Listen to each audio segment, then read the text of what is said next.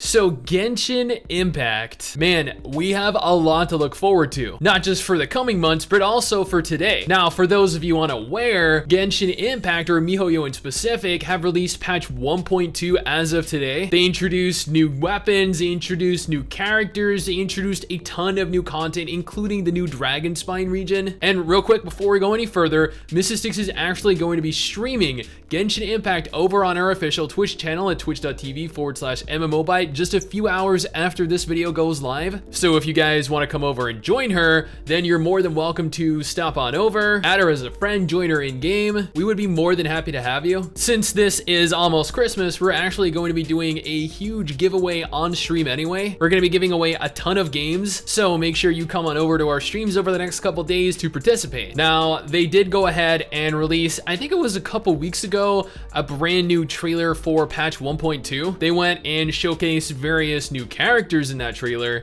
They also showcased the new Dragonspine region in specific, along with tons of new content. Now, do note, they did confirm that patch 1.3 is going to be launching in February 2021. They stated that each subsequent patch is going to be released 6 weeks apart. So by that logic, patch 1.3 is going to be releasing on February 3rd, so long as there are no issues with completing the patch within the time frame. Now, patch 1.2 is actually going to introduce two brand new characters into the game. The first is Albedo, who is from Mondstadt, who wields a sword and utilizes the Geo element. The second character is actually a new waifu named Ganyu, who happens to be a cryo-wielding archer. And I know, guys, this is probably the character that most of you were most anticipating, right? Like, I get it. Albedo does look kind of cool. Now, I don't know, I'm not really digging like the whole mullet thing that he has going on, but I know that he's very effeminate and a lot of you are still looking forward to unlocking and playing as him. But at the same time, like if I were actively playing Genshin Impact, like I know MRSSTIX is,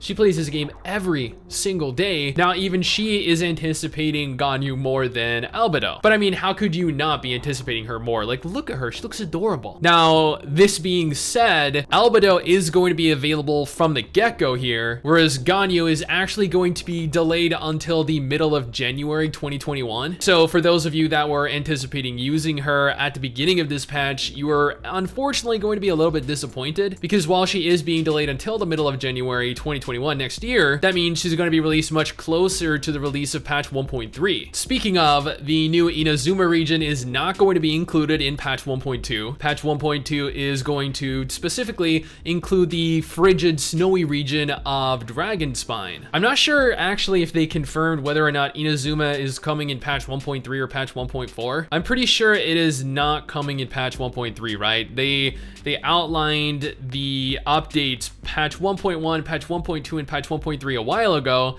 and they went on to note that Inazuma wasn't coming out in any of those three, right? I'm not sure if they've changed that since. I guess I probably should go ahead here and take a look at that, but I'm lazy. Now, both Ganyu and Albedo here are going to get unique storylines, kind of like the storylines that Child and Zhongli got when patch 1.1 came out. Now, speaking of patch 1.3, since we covered what patch 1.2 is going to provide, there have been leaks over the course of the last couple days. Whether or not these are 100% confirmed leaks or not remain to be seen, but on Game Rant, they actually went on to state that there have been several Inazuma weapons leaked as of patch 1.3. Now, the Game Rant website states Genshin Impact leaker NepNep has shared images of what are allegedly all of the version 1.3 Inazuma weapons. This includes bows, catalysts, polearms, swords, and claymores, and more importantly, it includes the currently available Dendrovision. While this latter fact is currently unconfirmed, a fair number of the leaked weapons are entirely green and exhibit designs highly reminiscent of existing in-game Dendro references. Unsurprisingly, based on existing nods to Inazuma, many of the weapons boast rather traditional Japan-inspired designs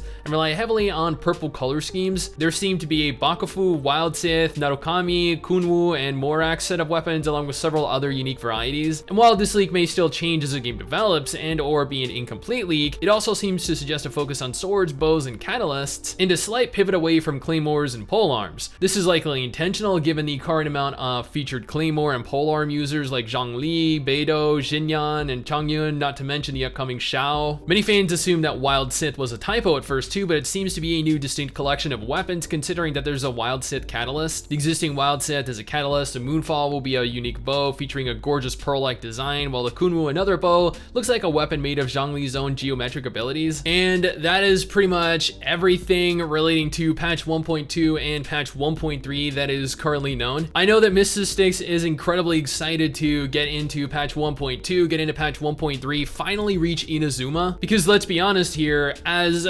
fun a game as Genshin Impact is. Now, I'm not saying it is a great game, because I know that there are certain things, certain limitations imposed on the game that hold it back from truly being great, such as the wish system, the cash shop, the gacha system, the incredibly predatory business model. At its core, it is a very fun game.